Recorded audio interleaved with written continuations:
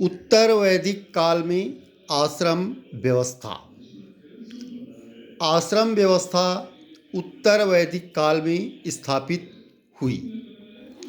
छांदोग्य उपनिषद में 3 आश्रमों का वर्णन है।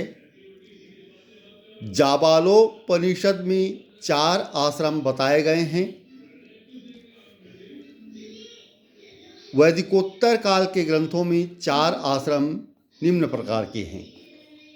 पहला ब्रह्मचर्य आश्रम, इसमें 25 वर्ष की आयु तक रहा जा सकता था। इस काल में ज्ञान की प्राप्ति मुख्य लक्ष्य होता था। पुरुषार्थ इसमें धर्म बताए गए हैं। गृहस्थ आश्रम 25 वर्ष की उम्र से 50 वर्ष की उम्र तक निर्धारित था। इसमें कार्य, सांसारिक जीवन, भौतिक जीवन इत्यादि बताए गए हैं। इसमें पुरुषार्थ, अर्थ व काम, व्यक्ति अपने सांसारिक जीवन के लिए अर्थोपार्जन करता और गृहस्थ धर्म के निर्वाह के लिए विभिन्न कर्म करता। यही उसके पुरुषार्थ में शामिल थे। वानप्रस्थ आश्रम 50 से 75 वर्ष की उम्र तक निर्धारित थी और इसमें कार्य ईश्वर का ध्यान, पुरुषार्थ मोक्ष की प्राप्ति। उसके लिए अब केवल एक ही लक्ष्य रह जाता था, मोक्ष की प्राप्ति, ईश्वर में विलीन होना, परमात्मा में विलीन होना। यही उसके पुरुषार्थ निर्धारित थी।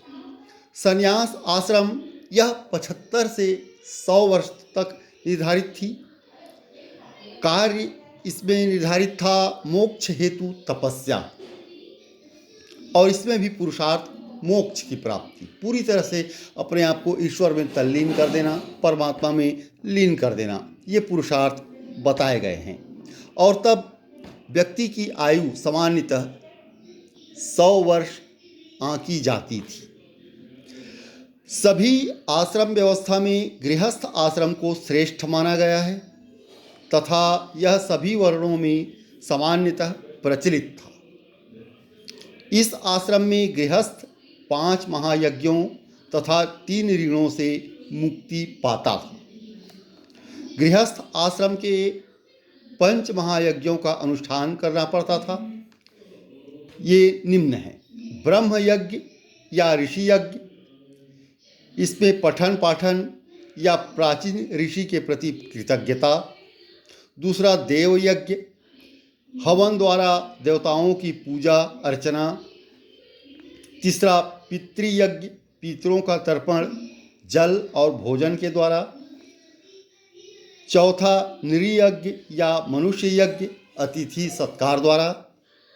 5वां भूत यज्ञ, समस्त जीवों के प्रति कृतज्ञता ज्ञापन के रूप में चींटियों, पक्षियों, श्वानों आदि को भोजन देना।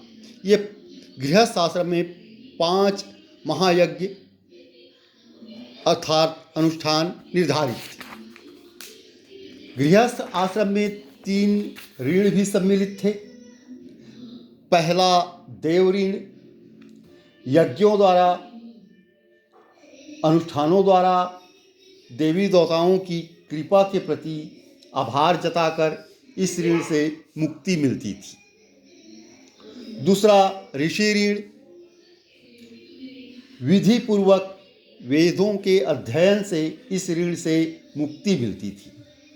तीसरा पितृ ऋण, संतान को उत्पन्न कर इस ऋण से मुक्ति मिलती थी। इस प्रकार उत्तर वैदिक काल में धार्मिक कर्मकांड और इसका रूप विस्तृत होने लगा था। आश्रमों के रूप में, ऋण के रूप में, जो ऋण निर्धारित किए गए थे व्यक्ति के लिए जो कर्म निर्धारित किए गए थे उसके रूप में, इसके अलावा यज्ञों के रूप में, ये सब विस्तृत होते जा रहे थे।